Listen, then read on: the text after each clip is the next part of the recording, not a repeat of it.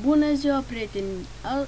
Eu mă numesc DMC Dimon și astăzi vă voi arăta un site în care este descris GTA 5 când o să iasă mai pe scurt, când o să iasă repede și nu este amăgit. Site-ul acesta este luat din compania Rockstar, este luată, deci informația vă voi da site-ul de pe Google, l-am luat în descriere, deci dați jos, deci atât este pe rusă, care știe, care nu știe, deci aici este cel mai important,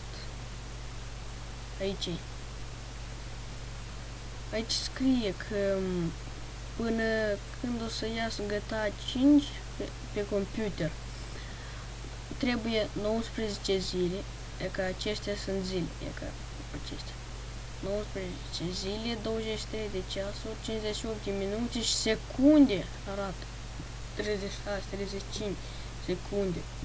Deci dați mai jos, aici trebuie opțiunile,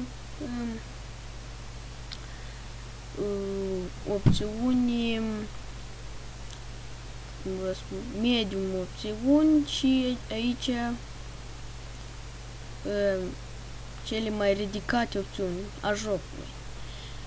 Deci, aceasta atât informație pentru ridicată, opțiuni, ridicatele opțiuni acestea pentru minimum opțiuni.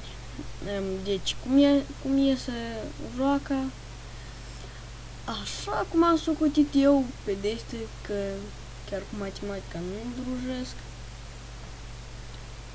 am aflat că pe 14 aprilie să joacă GTA 5.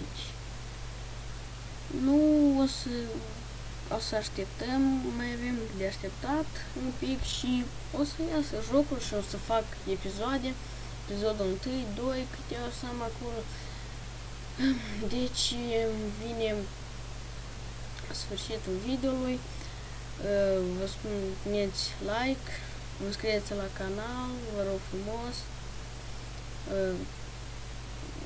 Nu știu, așa căutam și eu descarcă GTA 5 și am venit pe un site și l-am văzut și am intrat, am dat jos și am văzut că aici scrie încât o să iasă și repede am pus Fraps, l-am pornit și trebuie să vă arăt când și ce site. Deci intrați, uitați-vă și voi, eu nu spun minciune, acesta nu este nimic, ceva amăgitor, nu dau site-ul în descriere, nu? La revedere, cu voi a fost DMC Dimon, la revedere încă o dată.